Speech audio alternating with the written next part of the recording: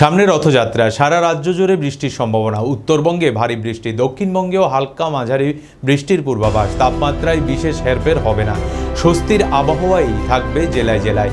আলিপুর আবহাওয়া দপ্তর সূত্রে খবর, সক্রিয় মৌসুমী অক্ষরেখা দক্ষিণবঙ্গের উপর দিয়ে বিস্তৃত। এর প্রভাবেই বৃষ্টি হচ্ছে দক্ষিণবঙ্গ জুড়ে। শুক্রবার গাঙ্গেয় পশ্চিমবঙ্গের জেলাগুলিতে ভারী বৃষ্টিরও সম্ভাবনা। উত্তর ও দক্ষিণ 24 পরগনা, বীরভূম, মুর্শিদাবাদ, নদিয়া জেলাতে ভারী বৃষ্টির পূর্বাভাস রয়েছে। বাকি জেলায় বজ্রবিদ্যুৎ সহ কয়েক পশলা বৃষ্টি হবে। শনিবার পর্যন্ত দক্ষিণবঙ্গের সব জেলাতে হোয়াইট স্প্রেড রেইন অর্থাৎ বেশিরভাগ জেলার বৃষ্টির সম্ভাবনা থাকবে। কলকাতায় সপ্তাহান্তে বিক্ষিপ্তভাবে ভারী বৃষ্টির সম্ভাবনা রয়েছে। উত্তরবঙ্গে ভারী থেকে অতি ভারী বৃষ্টি চলবে শনিবার পর্যন্ত। অতি ভারী বৃষ্টির সতর্কতা দার্জিলিং, কালিম্পং, আলিপুরদুয়ার, কোচবিহার এবং জলপাইগুড়ি জেলাতে। রবিবার ভারী বৃষ্টির সম্ভাবনা রয়েছে।